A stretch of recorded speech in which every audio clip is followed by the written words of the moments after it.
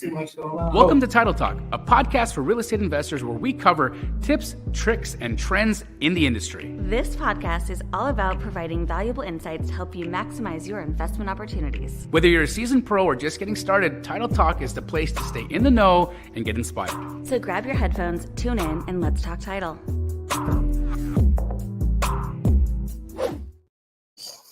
Hello. Happy 2024. Welcome to, is this our first episode It's of our Title first Talk? Title Talk of 2024. Wow. How you doing, Dina? Good, how are you? Great to see you. Happy New Year. Happy New Year to you as well. Happy New Year, Rahima. Happy New Year. Lots of So love. You have to happy hold you're the mic. here. Okay. Oh, You have to hold the Happy New Year. And so, guys, we are here live at Dina's mom's house. She's cooked us a meal, a Lebanese delicious meal, but we're here because we're going to make vision boards today. Now, I've had a vision board. Actually, I'm going to get a little girls here. So, guys, don't. I have had a vision board in front of my toilet since It April. makes sense, right? Because that's the one place where you have to sit and look. I stare right at it. Since April of 2019, and it's actually it's pretty crazy because if you see it, I wish I could have. If I remembered, I would have. Anyhow, if you look at the vision board, almost everything on there has happened. Wow. The house, it looks uncannily like my home. The car came and went. I got better. Upgrades. So much happened. We went to Amsterdam. I found so many things just like synchronistically took place, and I started researching the science on vision boards and why they are. It's not only that you're attracting things to you, which you are. If you're thinking about things, you're attracting those things, and that's a real thing. But subconsciously, when we program our minds to see specific images, our brain looks for ways to connect the dots to create or find those images and bring them into your experience. It's just how it works. I'm going to give you the example of like corporate America. So you can drive by or watch TV and see a commercial for Jersey Mike's. You might see a billboard for Jersey Mike's. You might hear a thing that or two about it, but it's not really in your conscious mind. And then all of a sudden, it's lunchtime one day, and you decide, hey, I'm hungry. I think I want Jersey Mike's. And there you are. You're at Jersey Mike's. And it's just one of those things. So corporate America understands how to subconsciously program the human mind.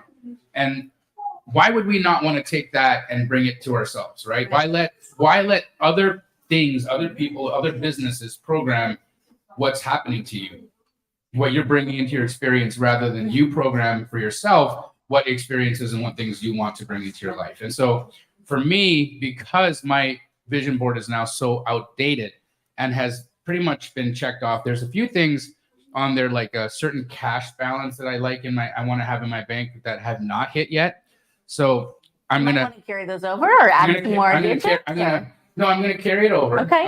I need to hit it. So I'm going to carry that. When I get home, I'm going to take this home with me today. I'm going to take that little piece off and I'm going to apply that here because it hasn't happened yet. Everything else did though. That's amazing. So there's only one thing that has not yet materialized on the board. So for me, I'm more than a believer. I live it. Yeah. It's the reality. So I implore anybody who's watching right now who thinks, oh my God, this is just so lame, to suspend disbelief for a moment. Give yourself an opportunity to dream a bit and see what you can achieve by programming your mind. One last thing before I turn it over to everybody else to talk. Have you ever gotten into your car and driven somewhere and you got to that destination and you're like, how the hell did I get here? Like automatically, you're just programmed. Autopilot. Yeah. Okay. Yeah. How often does that happen to you? Like daily. Okay. Every day, right? Yeah. Okay. So science research has shown that 95% of what happens in your day It's autopilot. is autopilot Yeah. program, Yeah. unconscious. unconscious program. Mhm. Unconscious program. 95%? 95% of what is going on in your day is And the unconscious. trouble is that your crazy. thoughts Yes. become that way too. Then your thoughts become unconscious programs. Yes. So you're not even thinking about, you're just reliving the same day over and over again. It's a really bad version of Groundhog Day. You're just over and over and I over. mean- never liked that movie. It's because when you watch it, you're like, this is terrible. Like, but this is terrible. but this is really a reality for a lot of people. Like many people live in Groundhog Day. I have to say that my life changes all the time. Things are constantly, coming in and out of my life, and not all of that's comfortable, right? Not all change is comfortable, but all change will grow you. So you've got to embrace it. You've got to look for the opportunities. And I've got some big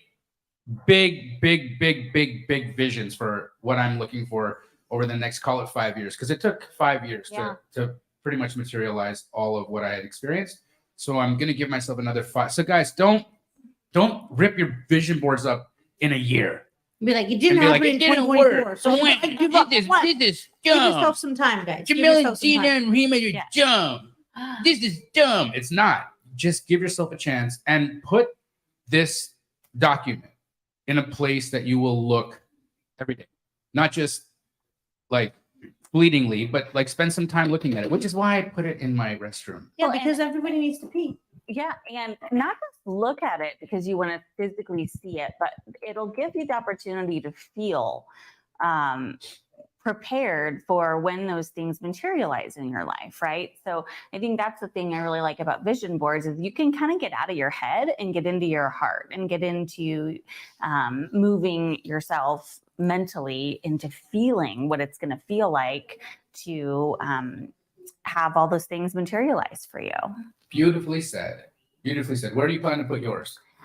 I haven't decided yet because I've never done a big one. I asked you, so mine are normally small Okay, and full of images. and full of images. Okay. Very cluttered. Yeah. Very cluttered. So difficult to I think I put too many on my last one, to be honest. I'm looking at 5 core images that I'm going to be focusing on.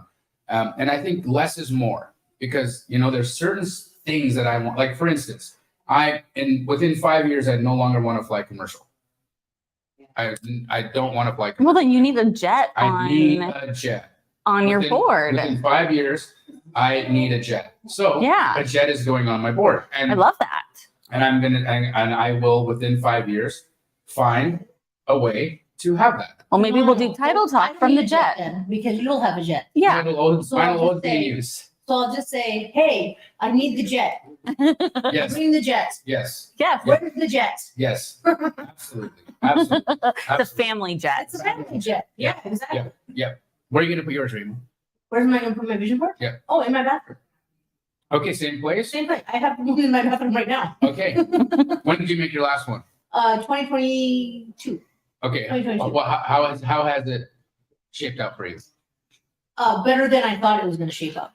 Okay, so you're a little modest. The thing is that it shaped out unexpectedly in the sense that I had wanted a certain amount of property under my belt. Okay.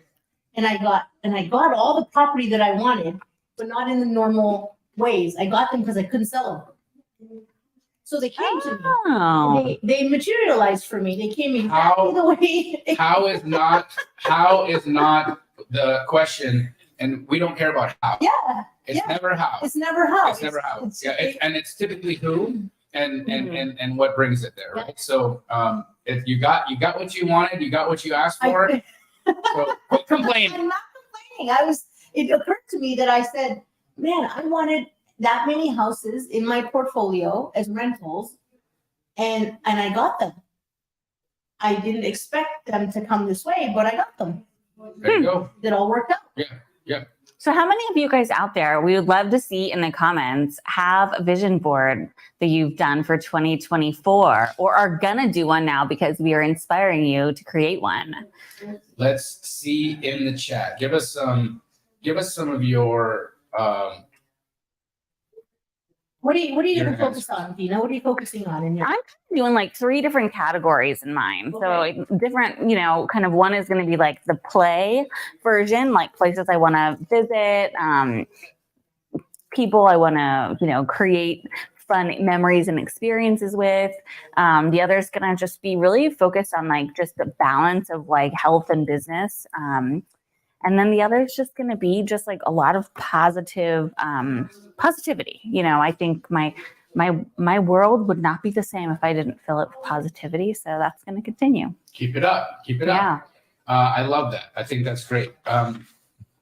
We do have some special guests that are going to come on with us today too. We do. And so guys, this is Title Talk. So we are going to get into a little bit of the market and what's going on. I before we start getting into the arts and crafts, I want to talk a little bit about what I've been talking to a lot of really smart people, because I don't consider myself an incredibly intelligent person, but I am inquisitive, and I find incredibly intelligent people, and I ask good questions so that I can make good predictions and figure out what I'm going to be walking into 2024.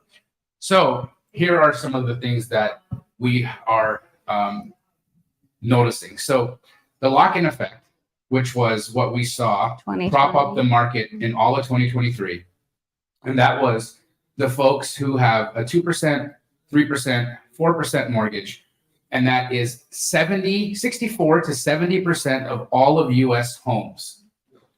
64 to 70% of all U.S. homes. That's crazy. Have a 2, 3, or 4% mortgage on them because either everybody bought or refinanced when the rates were low. Yep. So 64 to 70% of that inventory never made it onto the MLS when people had a reason to sell, and that's what propped up values in 2023.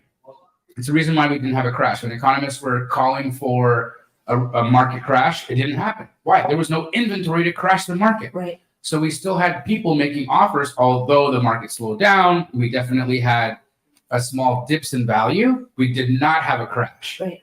And a crash. We had a correction. We had a slight correction. Adjustment, yeah. An adjustment, and it was needed because pricing just went way overboard. Anyhow, unaffordability was definitely an issue, and it continues to be an issue. These are the things that I'm looking at right now. The 10-year Treasury yield, which is what's actually tied to mortgage rates. It's not the Fed fund rate, guys. I want to make sure that we all understand the difference between the Fed fund rate and the 10-year yield and the 10-year Treasury bond yield. The Treasury bond yield is what is tied to mortgage rates. So when the Fed announced that they're planning a soft landing, meaning a minimum of 3 decreases in rates in the Fed fund rate, the bond yield is what dropped mortgage rates immediately. The Fed fund rate did not drop, right? But we started seeing a decrease in mortgage rates, and there was almost almost identically in time. And so that tells us that the market is responding positively to this, right? So now the Fed has now promised us a minimum of 3 drops in 2024. So there's a couple of things that I think we need to pay attention to. The first one is months of inventory. Okay. Right now, we are sitting out between 2.5 to 3 months of inventory in Phoenix, Arizona. Very low. That is low. That is when you have that low inventory, that's a seller's market. Is it normal? Is a balanced market 6 months? That's a balanced market. Yeah. Okay. And then over 6 months, that's a seller's. That's a buyer's market, sure. right? So we are far beyond a buyer's market. Now, I think the 2 most important data points to look at are going to be months of inventory and days on market. Here's why. The only risk that I see in the market are the 4%ers.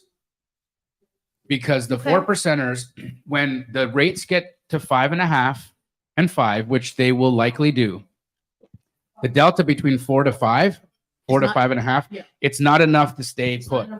It's not that motivating. It's not that motivating, right? It's not. But even 2 to 5 is still too much.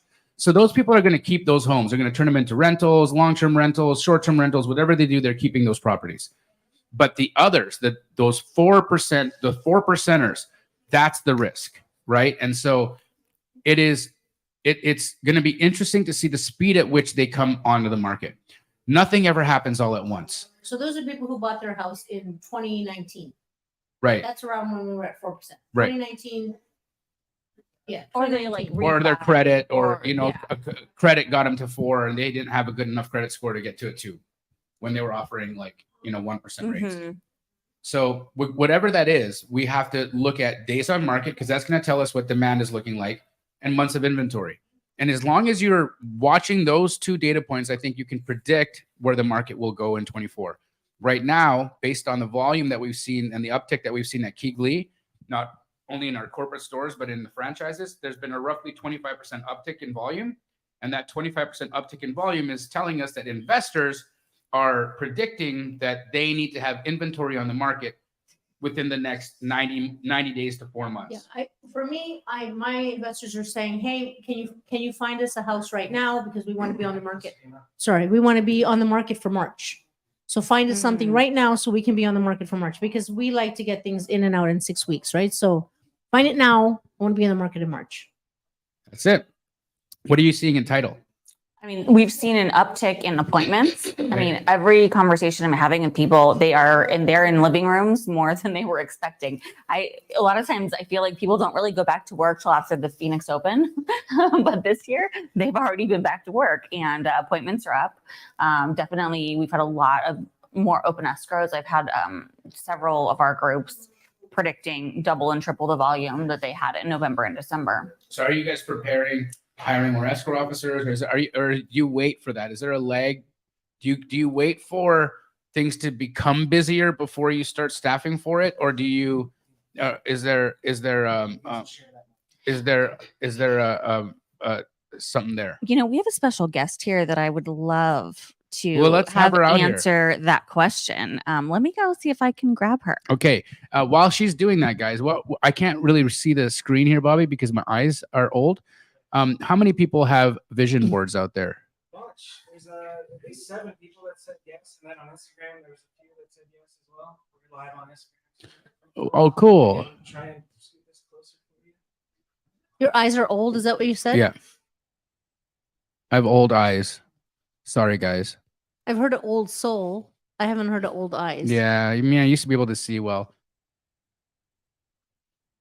Amazing. So people have vision boards. How have your guys' experiences been with those boards, guys? Have your vision boards manifested? Have you guys been disappointed? Are you still waiting for things to happen? Tell me more about what that has looked like for you guys. Tim has this on his.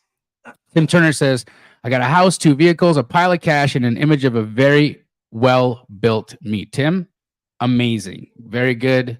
I actually had a photo of like not a fit person, but like a muscle arm. And even, hi, nice to see you. Can you introduce yourself to our audience, please? Diane. Who are you, Diane? I work for Fidelity. What do you do? I work with Dina. What do you do? I run the operation. So she's the boss. Apparently, she's the boss. So, well, welcome, boss. Well, thank you. I told you guys we were gonna have some special guests. We've got. today. We are doing. You're doing a doing one vision board too. But I got some questions for you. Oh, okay. Big questions for you. So, and we're gonna have to do a little bit of this because cool. I'm gonna do the whole Mario Lopez thing. Okay. Yeah, it's for the best. Okay, so I was wondering, you must be predicting an uptick in volume. Correct. And For the year, yes. Okay. And what percentage do you think is going to happen?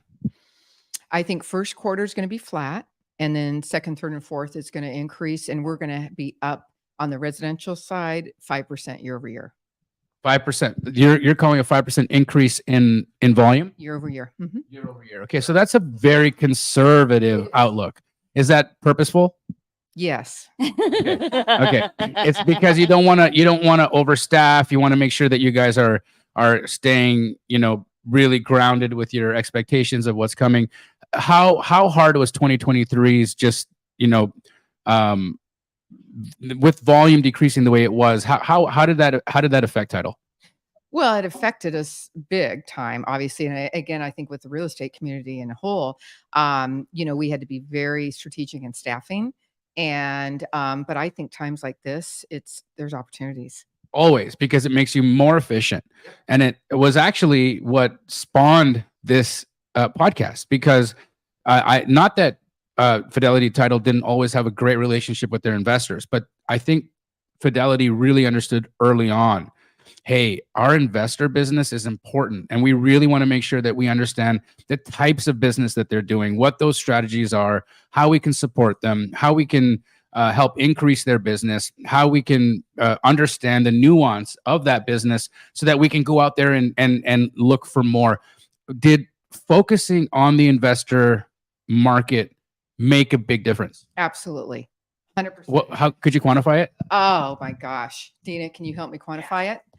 Yeah. Yeah, I mean, just compared to just our local competitors, I mean, it's definitely been something that has been a focus, and it shows in the volume, and it shows in the relationships and the strength. Well, and I think we did as well as we did in 23 because of our investor mix. We were very intentional on building that. Mhm. And I remember actually We were at coming to the lunch. conference in Yeah. in Vegas, where I gave a presentation to a lot of your sales staff about how to go after the investor business, and that was early. It was very I mean, early. the market was crazy still then. Yes. So And that was Diane's idea. you really like saw ahead of the time. You were like, guys, I think we're gonna need to make some pivots here, and it was very. I almost wish that I had like seen the writing on the wall as quickly as you did, because we probably could have sold some things earlier if I had been like, why is Title so interested in what is happening? But I'm really grateful. I'm really grateful because it our relationship at Keegley, the Keegleys across the country, and Fidelity Title has strengthened. We have so many people within the community, the investor community, who are reaching out, wanting to do business with Fidelity Title. But there's a few questions that we just want to kind of ask, because it's, you're new and the people don't know you, and everybody wants to know, how does the boss become the boss? So I'm going to let Dina actually ask you these questions, because she probably wouldn't be able to or feel comfortable asking you this if I didn't put her on the spot. Oh, she will. But Sure will. but I'm gonna do it anyways. Okay. Okay, so how about, why don't you just tell us how you got started in the business? Oh my goodness. I mean, I think most of us who are on the title side, we get into it by accident, right? I mean, Well, we don't go to college thinking I want to grow up to be in title. no. I mean, I went down to U of A and started with a bank and learned pretty quickly that banking was pretty much in a little box, and that wasn't going to fit for me. So been in title for 38 years now, and started on the escrow side and kind of worked my way up. I was 25 years in a branch, and which I love that I had that experience, because I think that sitting in that seat helps me manage, the Well, operation. Yeah. What it's like Yeah. to be in that position, and you're not afraid to do any of Right. those roles, whatever it takes. Right. And I think for me personally, what I love about this business is, even though it's very technical on the escrow side, it's still very sales oriented. And so it fit for me, my personality. I got to use both sides of my brain and loved every minute of it. Still do. And one of the things I love and appreciate about you is you don't just do things in a box. No. Here's a question from our audience. Oh, Is the metric Is there a metric? that is yes, well, not within every that's a really good question. Is there a metric that is tracked internally on traditional business versus investor business? yes. Internally, we track every sector of business. So yes. We do. And for us, we're again pretty unique in the Yes. title space. Our mix is about 25% investor, which is very high as compared to everyone else. And we track every sector, Yeah. like refinance, commercial, builder, all of it, and have a pulse on everything, because if you can't measure it, can't grow it. you can't grow it, and you have no benchmark to see what, where you're going. Yep. All right. Well, so guys, I love this, because we are totally putting Diane on the spot. She really just was are. not even she was coming to do Vision Word. She did not know she was going to be live with us today. So You got bacon sliced today. Yeah, apparently I sure did. Okay, so this is a fun one. How about you've seen a lot in the business. What about any like ghost stories about like a file or a transaction that was just kind of kept you up at night? Now Whoops. we've even heard about, I mean, some people have talked about like buried bodies, things like that, Hold but on. Can I share yeah. with you a story that I'm not gonna- Rahima shared her ghost stories with us before I'm too. not going to share the name of the investor who sent this to me because I believe that he is going to be dropping a YouTube video about it here very shortly. But I will say this, okay? There was an article recently released in Colorado of an investor buys a new property, or investor buys a resale property and finds human head in freezer. Oh dear. Yeah. Oh, he didn't look at the house ahead of time? No, so what happened was he purchased this property not on purpose. He was doing a transactional funding deal for one of his community members. And in that transactional funding deal, he closed the A to B, and there was a week lag between the A to B to the B to C. Wow. And in the B to C, the buyer walked the property, and the buyer found the head. Oh. Wow. Found the head in the freezer and was like, I'm done. I'm out.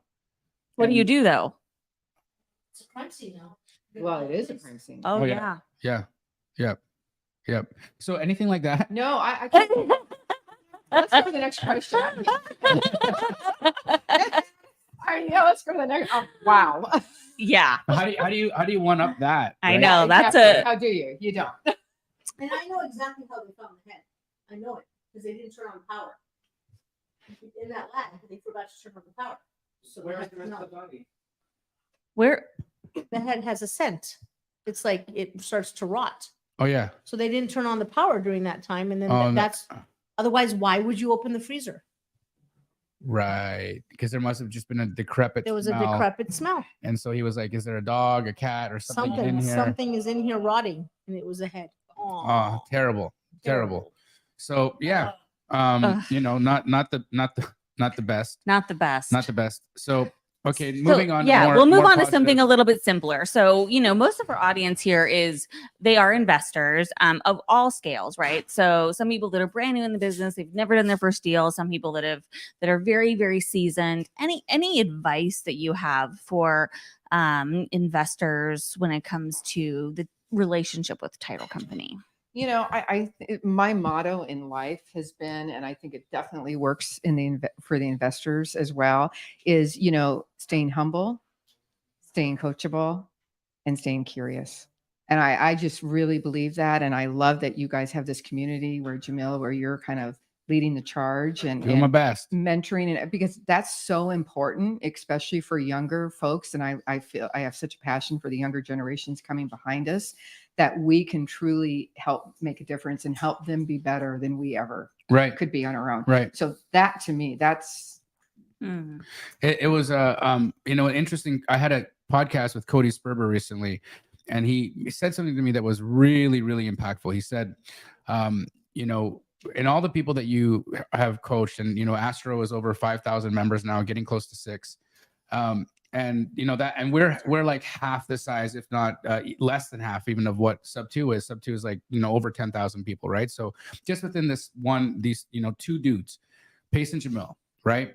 We've got over, let's just call it 15,000 active enrolled community members. That's just Sub 2 Astro. Then there's Gator community, and there's top tier transaction coordination, and so we can add another 5,000. So let's just say collectively 20,000 people that are a part of this collective community, and that's just from the impact of 2 individuals who are showing and paving a path that is how to do business in a way that's meaningful and will actually and do it the right way. and do it the right way.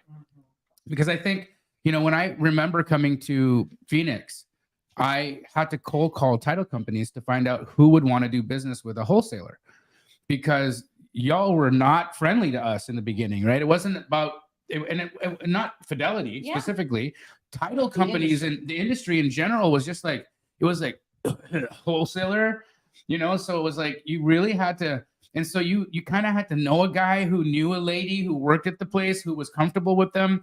And not every, so if it was like you were with Security Title or Fidelity Title or whatever title, it didn't mean that all of them would do wholesale deals or assignments or anything like that. No, it was specific branches. And in that specific branch, only specific escrow officers who felt comfortable with the model in order to do that type of business. Double escrows, assignments, even the creative stuff came a little bit later even.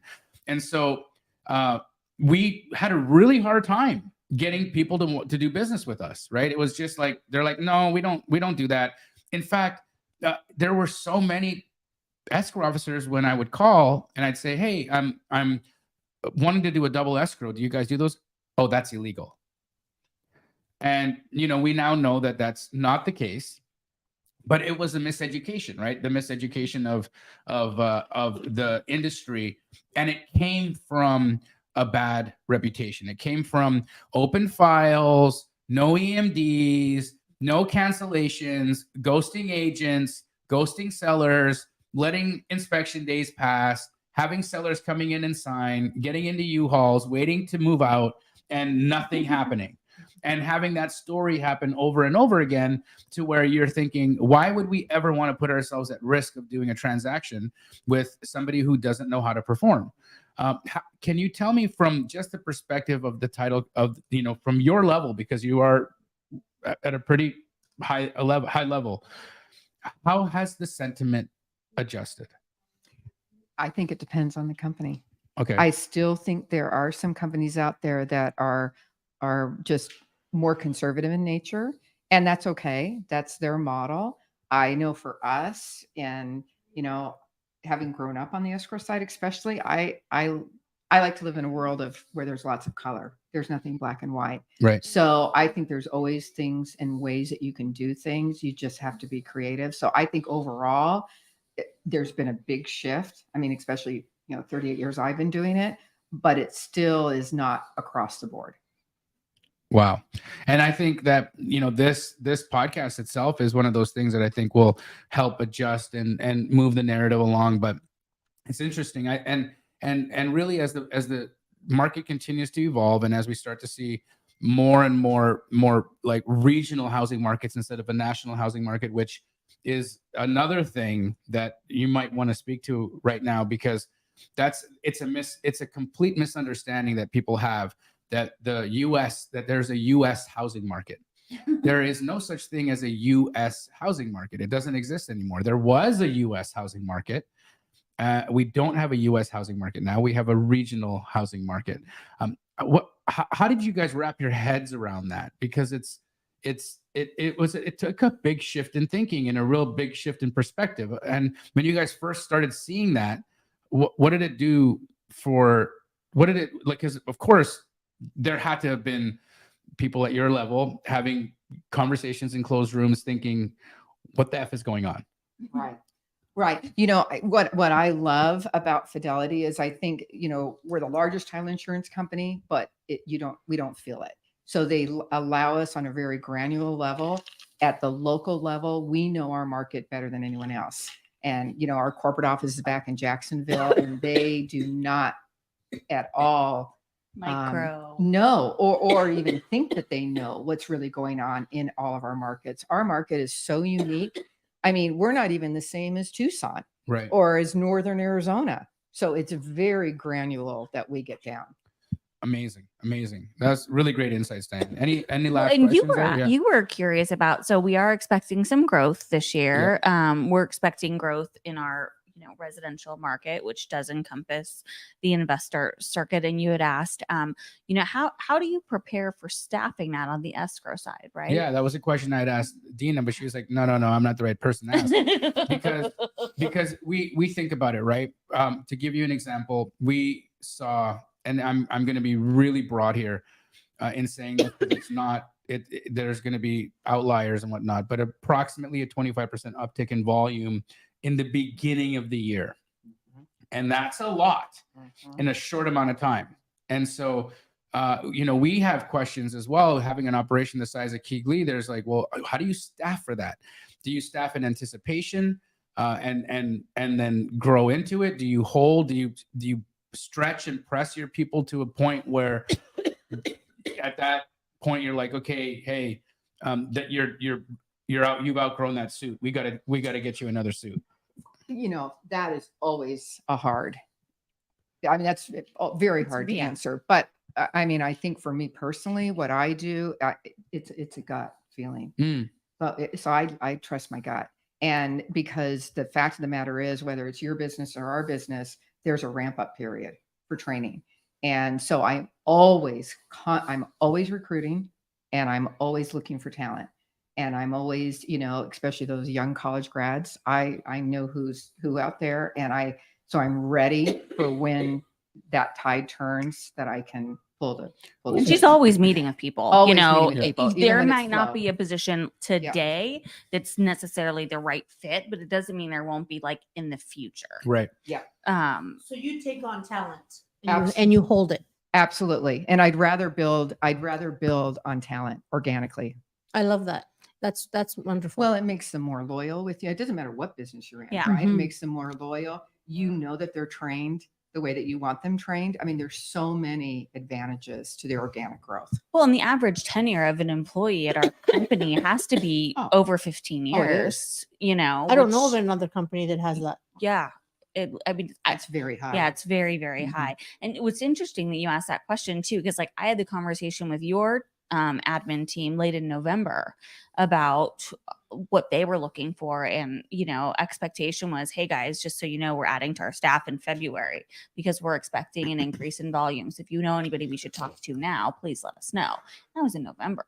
Right. So, I mean, So it's always, That's it. always forward looking. Yeah. Yeah, that's yeah. And that was Yeah. just your ops team. Yeah. And I feel a little disconnected sometimes because They're on it. they're on it. And Yeah. we've got some incredibly talented people, part of the Keegley organization that I'm very, very proud of. And actually, we gave out our 2023 awards, and the award winners are in my stories. So if you guys have a chance, look in my stories on my Instagram. Oh, congratulate them. And you guys can, send them a DM and let them know that they're bad asses.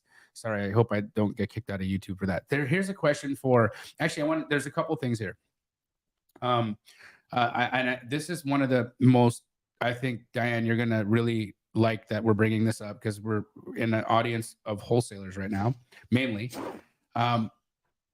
If you send a freshly signed purchase and sale agreement to a title company, and a few days later you want to cancel, is there anything owed to a title company for opening escrow and the title search? No. I'm going to No. say no. No, right. Now We're talking, and we should get into etiquette. Yes. I mean, because the fact of the matter is, it is a hard cost for us to pull. What We is pay. What does that cost? We It's pay. a hard cap. It's Can you share? $500. Okay, So it's a hard cost For our company. It could be us. more for So others. It could be more for others or less, but it's probably about in the same ballpark. So it's a hard cost. And but how I look at it is, if something cancels, just bring the deal back to us. right. I mean, that's all. I actually, in my early days as a wholesaler, made an agreement. We had conversations about this because I tracked his cancellation rate. Yeah. And back in the day. Early on, especially when I was just getting started, you really don't know where your numbers need to be, right? And you're kind of feeling out the market, you're feeling out your buyers, and so you're taking shots that aren't necessarily sure things. And when I'm sending in a freshly signed agreement into the title company and you guys receive it, you guys are opening title immediately, you're doing a title search immediately, and then 9 days later you receive a cancellation. That's a loss. And it doesn't matter if I do 10 closes with you, but then I have 10 cancellations. Did we do anything but spin our tires? And so even though you might have inched out a little profit out of that, not enough to have kept everybody busy and kept things going, because you're paying your people, right? You're still paying your escrow officer for the closing and all the pieces. Well, you got to pull title on a new buyer every single time. Yeah. Right. So it's not like you can use the last one to Right. carry over. When you get a new buyer, we pull title again. So when you assign, you have to do a new title search If it's a new buyer. if there's a new buyer name. Mhm. Okay, But so So if there's Full like new 6 buyer. legs, you're pulling it 6 times if there's No. okay. No. If we've got assignments like that going, we can. You pull just Yeah, it pull but it if it's a once. full-on cancellation and then an there's amend Got it. yeah. as we're going Okay. along. Okay. Understood. Understood. So guys, let me kind of help you out with etiquette here. So this is what Dina and I had talked about early on in our relationship and saying, look, I don't know if I'm going to what I'm going to do with this deal. I'm very likely going to wholesale it because that's what I do. And we might flip it because we were flipping a few properties, like fixing and flipping. So we were really just keeping the super, super good ones. But we're most likely going to assign this. So here's what I'm going to do. I'm going to send in my contract. I'm going to deposit my EMD Always. right away. But I don't want you to pull title until I've assigned the deal. I don't want you to do a title search until I've assigned the deal. And then as soon as I've assigned the deal, I would send it in. And then now I know that there's a rush. Now I know you guys are kind of speeding through it and all the things, but everybody was so much happier with that situation because they were like, you know what? Now we know this is a sure thing. So even if we have to do this on a rush, it's way better for us to do that than have to cancel, close, cancel, close. Like that's not fun for anybody, right? So have the etiquette, have the conversation with your title company. Guys, this is why it's so important that you build a relationship with not only the escrow officer at your title company, but with the people behind the escrow officers, the people in the marketing, the people in the, I actually didn't get to meet Diane for a few years. You don't typically get that relationship with the higher ups until, I don't know if people get that, but I'm honored for it, but it's cool. But at least have the conversation with the equivalent of your escrow officer and the Dina in your market. So you need to understand what moves the needle for them. And if you can get into alignment with what's moving the needle for your title company, guess what they're going to do for you? They're going to move into alignment with what moves the needle for you. And what moves the needle for you? Hey, I'd really like to be introduced to more buyers. Could you help me with that? Well, of course we could. Hey, I would like to put on a meetup. You have an A-class property here with this incredibly big meeting room that appears that nobody uses. Would you mind if we did a meetup in your title office? And you'll feed people too? Like, these are the kinds of things that your title company will do because they see that you are moving into alignment into their business model and they want to move into alignment into your business model. Would you say that that is something that is industry-wide, or is that just what happens here? Are you guys just nicer in Arizona? I think there's probably pockets, but one thing that you said that was very, very impactful, Jamil, Yes. is it's about transparency. Yes. So I think whatever you guys out there, I think it's being transparent. So whoever you're working with, it's just saying, hey, or hey, this is my first deal and I'm not I don't know 100% yet. sure what I'm Yeah. doing. Be transparent because then that's where you have that relationship and you guys can build it together. Now, how do you keep that conversation from finding its way to a listing agent, for instance? Because think about it this way, right? I'm brand new. I lock up a deal and I'm dealing with the first time I'm doing a deal with a listing agent. And it's maybe my first time dealing with this title company.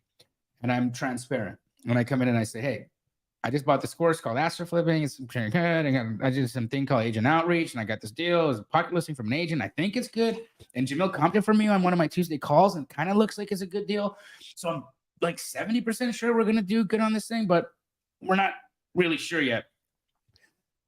How comfortable will that conversation be? And should somebody wait, or what's the right way to handle that? I'm not saying to lie, but when do you show the transparency? When do you come in and say, all right, here's the game? I think you have it right away. I do too. But I don't I think- agree. I don't think you put it in writing. No, Agree. I think you make a call. or in person, even better. Yeah. Or Either in you make, person or better. either you drive yourself down to the title Yeah. agency, or you pick up the phone and call the agent. But you don't do it in writing. You Right. make sure nobody's CC'd on anything, and you do it right away. That's how I feel you should do it. No, I agree 100%. I have those conversations with a lot of the folks that actually watch Title Talk, right? They'll call me and they'll say, hey, I'm driving for dollars. I just stumbled on a deal. I think it's a sub 2. Well, I'll get on a 3-way call with the escrow officer. Turns out it's not really a sub 2. It's more of like a wrap or something else is going on there. And we'll talk them through how to structure the deal, right? Because they don't know yet. Or sometimes they'll say, I really probably should have a JV partner on this, but I don't know anybody in the community yet because I'm so new. Who can you connect me to that's going to maybe show me the ropes, right? And I can cut them in on this.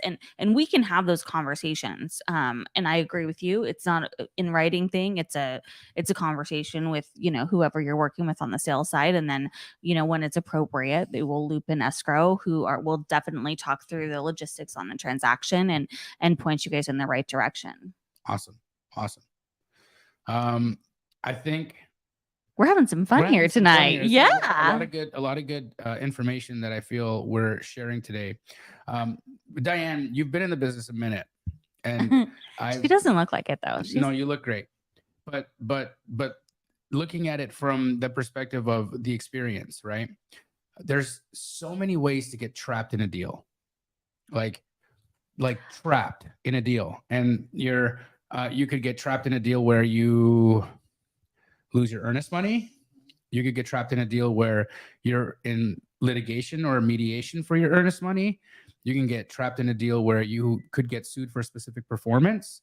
You could be, but you could also, there's for instance, one of the tricks I learned was when I write my contracts, if I write cash/hard money, even though I have a 10-day inspection, 3 days before close, I can get a loan denial letter from my hard money lender, and I can still get my EMD back, which is something a lot of people don't know. And we've never talked about that on Title Talk, actually. On Title Talk, that was one of my ninja tricks from and this guy, I'm telling you, this is like secret ninja trick. But you had to have written on your contract cash or hard money. So if you only wrote cash, that wasn't going to work. It would never work. Are you doing proof of funds and a letter from the hard money lender? It would have to be. It would have to be a loan denial letter from the hard money lender denying the loan for whatever purpose that would then cancel out the escrow.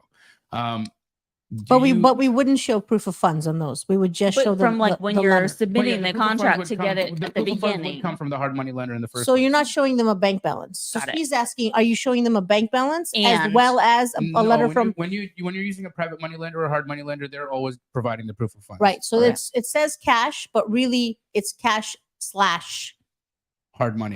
Hard private money. Do you have any? Because that's one of my favorite ninja tricks or the Binzer extension. Okay, so guys, I'm going to teach you guys another one today, which is you're getting all kinds of good stuff on Title Talk today. Everybody's watching on Friday night. Favorites. Okay, so you're on day 9 of your inspection, and you've got a buyer who's like, I want it, I'm going to take it, but I can't get earnest money in. Now, again, this is assuming that you've had the conversation with your title company and they haven't done a title search and you haven't put them in a bad spot, okay? That everybody is kind of in the know with you and they know what's going on, right? So what you can do is you can send what's called a BINSR, which is the buyer inspector notice response. Buyer inspection notice response, right? Seller's response. Seller's response, yes. Notice seller's response, right? BINSR. So now, if you ask for an egregious reduction on the BINSR, there's one of two things that happen. Okay. Well, define egregious. Well, I mean, to where it was so big that if you got it, you'd be like, there's no way I wouldn't just buy this myself right now. Because so you're asking for like $30, $40, $50, $60,000 price reduction. Yeah. You're not saying, you're not saying fix the roof. You're saying we're going to buy a new roof. Yeah. I'm saying like, hey, do a $75,000 price drop or we're going to cancel. Now, here's what's going to happen. Very likely they're going to respond to you that same night saying, rejected, but you now have 5 more days to respond to the rejection. 5 more days. In Arizona. In Arizona. Guys, this is in Arizona. So read your contracts in other states. But it is, I don't know, I would say that I have done at least 50 deals where I use the extra 5 days to get my buyer plugged in, get the EMD in, get everything in, and then I'll come back and say, it's okay, we don't need. But then now I have more negotiation, right? Because I asked for I anchored at 75. Now that I've got my buyer in at my original price, now I can be like, well, how about 30? Yeah. And then they're like, And now the problem is the seller is saying, geez, so all these things have been uncovered in my property that I didn't even know about. And now I'm going to have to disclose them to every future buyer. So if you can negotiate this number from 70 to 50, I'll take it. And in that case, are you doing an and or a signing on the original contract in order to slip somebody new in? I would very likely double escrow that or do transactional funding on that. And then I would not even double that. I would close AB with transactional funding. I'd wait 3 days, close BC. Okay. Because I think that would make me feel the most confident and comfortable in that kind of a situation, because I would never want there to be a simultaneous close and disclosure sheets needing to be signed for pass-through funding in a situation where I not only bought an extra 5 days, but then renegotiated an extra 50 grand off at my original sale price, which now turns a deal which was going to be like a cancellation into a grand slam. Well, and the difference is you're talking about somebody who's getting like super greedy versus somebody who's actually just trying to get a deal done that's equitable, right? Like there is a difference. I only use these tactics in specific situations, this is why, guys, it's so important to get into your title officer's office and read the contract and understand what everything means. Because once I understood that there's 5 days extra on the response, I was like,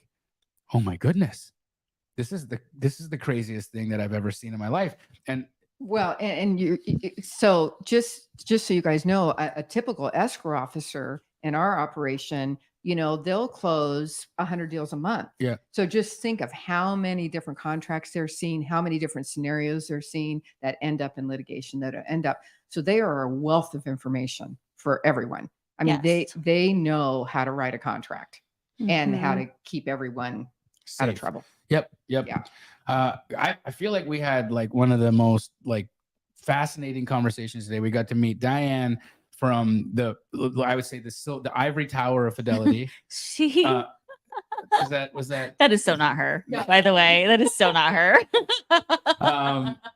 We are going to now get into our vision boards. And before we like sign off, because we're going to be done here in about 6 minutes, I want to set some intentions, and I want to present our word for the year, or our word for our board, right? So for me, I personally had lots of challenges that I overcame over the year that I found were a cause of massive imbalance in my life in many ways.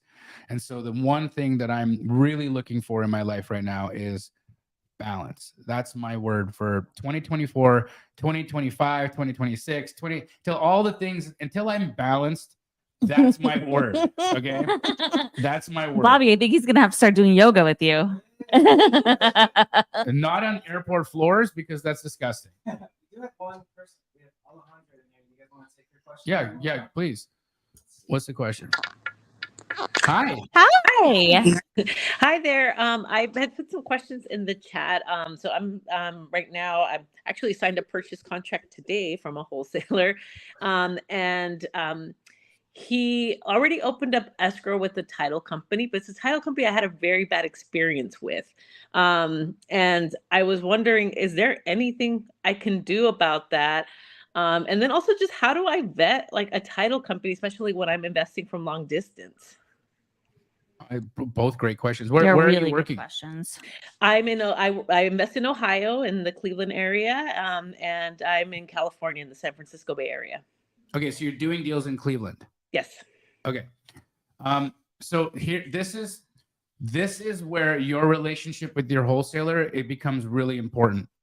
because you want, as a buyer, to educate the wholesaler that you're working with on a good title company to work with. Like if you had a bad experience with this title company, you want to educate that wholesaler, hey, open title at this other company, because, and I'm sure that there's a Fidelity office in Ohio that you could get referred to that could be very good. But I would have the conversation now, because they have already open title there. Here's some risks that you're running in moving it. They've got to cancel everything, including the original purchase contract. So if a higher offer came in behind that wholesaler's offer, which typically happens on investment properties, and sellers sometimes are like waiting for that opportunity to take a better deal, and you then ask for this title transfer, the title to be moved to another office, you're risking losing that deal because of the bad experience that you're making the entire escrow move forward. That's true, correct? Absolutely. Yeah. And you know, it may just even be the individual. If you had a bad experience at a title company, it could just be one individual, and there may be 100 others, and maybe find out, hey, are you equipped to handle a wholesale transaction and get the right person?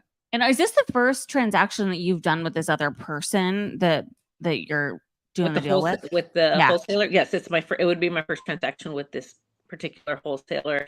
And, you know, like, it was interesting. So as soon as we signed the purchase agreement, like he said, okay, can you, you know, wire the EMD? I'm going to send you wiring instructions. I said, wait a minute, I've never taken the instructions from the wholesaler. It always comes from the title company. Yeah, that seems really fishy. That's a red flag. Super okay, I wanted to confirm that, because I was like, that's a red flag. Yeah, right, exactly. Yeah. And so, and I did call the title officer, because, you know, like I have worked with him before, and I was kind of like, hey, I'm like, remember me? We had a not so good experience, and, you know, and I have, you know, I just signed the purchase agreement for this property, and he confirmed that it was the title was open there at his office. And I said, is everything going to go right this time? And that's my thing, is like, what can I even do to make sure things go well? Because last time, well, this kind of long story short, he told me that he was the title escrow officer, everything was going with him. It turned out it was going through a totally different company, and he wasn't even involved in it. That all sounds really fishy. So weird. And like, you're reselling title. Yeah. And wire instructions should be sent directly from title in encrypted form. And they will only send wire instructions one time. So they will call to verify. To send the wire too. That's another thing that happens all the time. So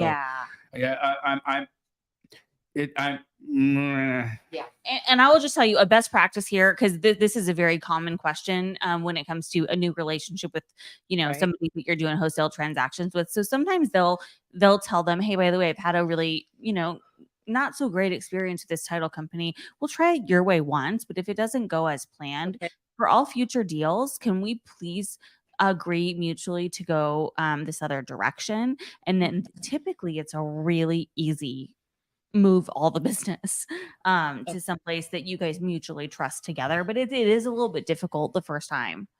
Okay. All right. Yeah. Good luck, girl. Well, thank you so much.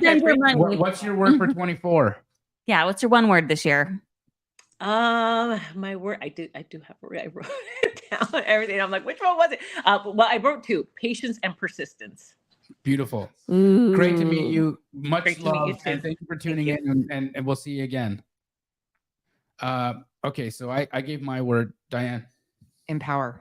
Ooh. We've got to add their words to the tree, Mom. We got to add their words to the tree tonight.